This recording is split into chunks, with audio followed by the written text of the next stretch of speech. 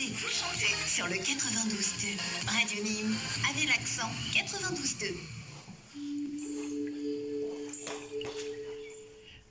Auditrices et auditeurs de Radio Nîmes, vous voilà revenus dans les studios Jean Orsi avec Samir et l'Union des 3S. On va commencer par une question. Bonsoir. Oui, bonsoir. Quel est votre prénom? Alors, je m'appelle Élise. Evelise. Élise. Elisa. Eh bien, posez votre question. Samir vous écoute. Alors, je suis à la recherche d'une activité professionnelle, voilà, même à mi-temps, peu importe, qui me permettrait de sortir enfin du RSA. Et voilà, je suis un peu perdue, je ne sais pas où, ni comment, ni quoi, et voilà. Ma question, c'est est-ce que ça va déboucher sur quelque chose? Bonjour Elisa. Bonjour Samir.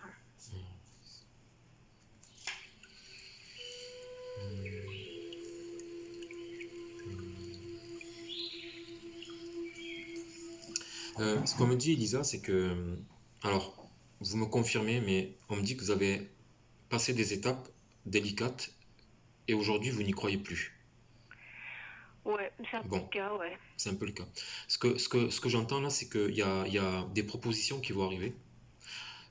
Et on me parle aussi de... Elisa, il y a...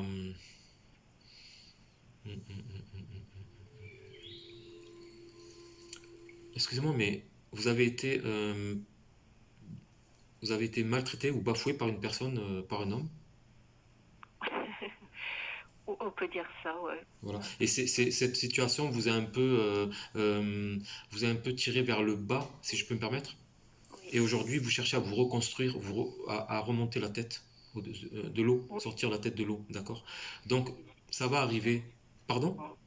Ça fait déjà 10 ans, en fait, et je suis toujours au même point, donc... Oui, voilà, c'est pour pas vous dire que c'est difficile, mais vous allez remonter tout doucement, on me dit, Elisa. Parce qu'il y a quelque chose qui se détache de vous, une tache noire. Ah, Alors, une tache noire, ça peut être de la colère, de la rancune, de la tristesse, de la solitude. Et vous revenez petit à petit vers la société, vers le monde. La vie revient à vous. Voilà, petit à petit, petit à petit. Je ne peux pas vous dire que ça va arriver tout de suite et que vous allez avoir tout du jour au lendemain. Mais on me parle d'étapes. Ça va arriver tout doucement, sûrement. Mais vous remontez.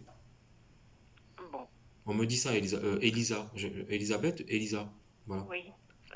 Mais du coup, au niveau de ce boulot-là, vous savez pas, quoi, si je peux envisager d'avoir quelque chose rapidement, ça devient compliqué quand même, maintenant. Là, je parle du chemin de vie. Là, vous me parlez d'un emploi qui arrive là. Bah, c'est ce que je vous demandais. Ah, pardon, pardon. Oui, non, mais oui, c'est normal. Mais moi, après, je prends ce qui vient, hein. Je suis désolé, mais ça a été brouillon. Et là, il y a quelque chose qui arrive. On me dit donc ça concerne ce contrat de travail. Vous allez signer un contrat de travail. Ah, bon, ok. Voilà, il y a quelque chose qui arrive. Je suis parti sur le chemin de vie. Je vais là où on me guide, finalement. Là où on me montre des éléments qui sont essentiels pour dénouer des nœuds. Parce que vous cherchez un contrat de travail, mais il faut dénouer des nœuds intérieurement pour avancer dans la vie. D'accord, ok. D'accord? C'est important ce que je vous ai transmis. Ouais, je comprends, ça me correspond bien. Voilà. La situation. Oui, c'est ça. Écoutez, je vous remercie. Je vous remercie. Voilà. Vous allez vers de la stabilité, petit à petit et progressivement, Elisa. Bon, Voilà, donc accrochez-vous à l'espoir. merci beaucoup, c'est gentil. Merci. Voilà, Elisa. Bonne soirée. Bonne soirée. Au revoir. Bonsoir, Elisa. Merci. Voilà, c'était un peu lourd, hein, Samir? Difficile. Parfois, les énergies sont... Voilà. Bon. Eh bien, on a un deuxième texte que Samir va nous lire et qui s'appelle « Ma conscience intuitive ». Donc, ma conscience intuitive. Je considère que tout le monde a des aptitudes d'intuition de naissance et des aptitudes voilà, à développer. Donc, être dans un état de conscience intuitif, c'est se sentir dans une bulle spirituelle qui permet de développer des vibrations extrasensorielles, donc notamment par la méditation. Être en relation avec des sensations particulières qui dépassent la matière. Je plonge dans un univers qui révèle des capacités à ressentir, écouter et voir, des perceptions dans une étrangeté absolue, mais qui m'est tellement familière. Des effets surnaturels qui sont certainement naturels car au bout du compte, je pense que nous avons tous, donc, ces prédispositions à notre naissance. Évoluer dans une société extramatérielle cause la rupture de la conscience intuitive pour laisser dominer la conscience matérialiste, ce qui nous coupe de soi-même souvent. Et beaucoup de personnes se cherchent parce qu'on nous a coupé ce lien avec soi. On perd sa dominance spirituelle, le mental prend le dessus et le cœur est sous l'emprise des vérités cachées, de notre vérité intérieure, celle qui nous permettrait d'avoir du bonheur, Oui, celle qui nous permettrait d'être épanoui. épanouis, tout à fait. C'est-à-dire que notre intuition est guidée par des schémas analytiques plutôt qu'intuitifs. On est plus dans le mental que dans son cœur. On ne trouve plus ces réponses car notre cerveau examine une situation ou des choix avec une moralité qui nous oblige à répondre à des codes universels de la société, la peur du jugement. On a peur de soi-même pour ne pas être jugé par les autres, au lieu d'écouter ses propres intuitions. Parce que nos intuitions, elles sont là pour nous pousser à aller plus loin, Oui, à se dépasser. à se dépasser, et notamment à trouver des emplois, à développer nos capacités extrasensorielles et matérielles. La perte de son identité extrasensorielle entraînant une multitude de questions. C'est pour ça que beaucoup de gens se posent des questions, ils se sont perdus en cours de route, parce qu'ils se sont coupés de leur être intérieur au profit d'une société extramatérialiste. Parce qu'on nous demande de surconsommer, d'acheter et de nous perdre dans ce matériel. Et oui, Alors que les réponses se trouvent dans notre capacité innée à ressentir au-delà du matériel nos sens intuitifs, notre guidance. Voilà, Samir et l'Union des 3S. merci Samir. Et c'est tout à fait ça. On a beaucoup de gens autour de nous qui cherchent à aller vers cet éveil et qui n'y arrivent pas parce qu'ils sont dans leur cadre, dans ce qu'on leur a donné, et ils ont peur effectivement du jugement des autres. Alors je vais dire aux auditeurs que bien c'est très bien que Samir ait fait ce texte, puisque dans notre émission de la semaine prochaine, mercredi, eh bien Samir sera notre invité pour parler de l'éveil et de la médiumnité.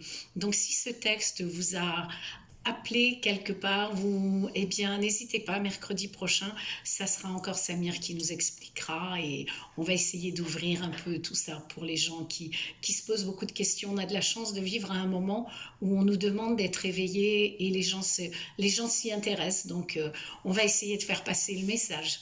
D'ailleurs, c'est pour cela que j'ai publié un nouveau texte concernant la sécheresse et le climat. Si on est victime de sécheresse, c'est parce que la Terre nous transmet un message. Ce sont nos énergies qui sont en train de sécher actuellement. On perd nos sens. Tout à fait. On se perd dans une société qui demande beaucoup trop et qui nous fatigue. Enfin, Alors, sans tous ces pour autant, textes que tu ne nous lis pas, mais que tu publies, oui, on les trouve sur Facebook, tout à fait. donc sur la page Samir et Et l'Union l'Union des des 3S. Et tu as maintenant une chaîne YouTube, pareil, Samir et l'Union des 3S. Samir et l'Union des 3S. Voilà, donc si ces tout à fait. textes, et vous avez un ordinateur, ben, n'hésitez pas à les lire et essayer de comprendre les subtilités de Samir. On a un nouvel auditeur ou auditrice au téléphone. On vous écoute, bonsoir. Bonsoir, Quel est votre prénom? c'est Sylvie. Alors, je n'ai pas très bien entendu. Sylvie. Sylvie, voilà. Mais posez votre question à Samir, il vous écoute. Oui, bonsoir Samir. Bonsoir Sylvie. C'est une question concernant mon fils. Voilà, il est sur 2 propositions pour du travail Oui. et il hésite. Donc, est-ce que vous pourriez un petit peu m'aiguiller? Alors, donnez-moi le prénom de votre fils, s'il vous plaît, Sylvie. Maxime.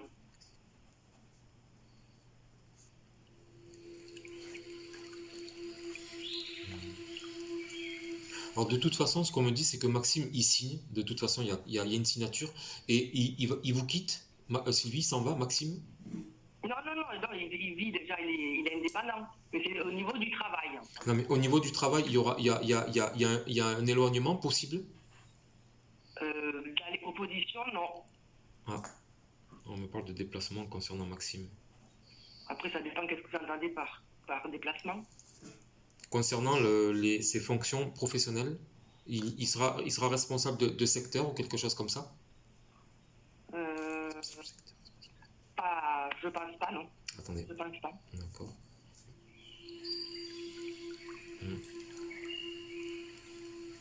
Alors, moi, on me parle d'indépendance, on me parle de déplacement et d'indépendance concernant Maxime.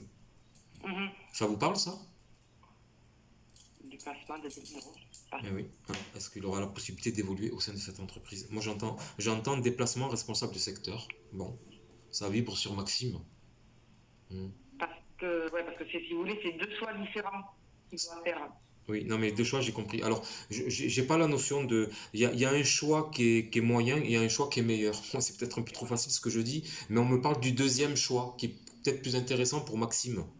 Mais c'est pour ça, c'est pour ça. Ah. Sur les deux choix, il y en a un qui est mieux que l'autre. Ah. Il hésite si vous voulez. Oui, alors, mais moi j'ai le deuxième choix. On me parle de deuxième proposition. Donc ça serait pas parce que ça serait soit dans le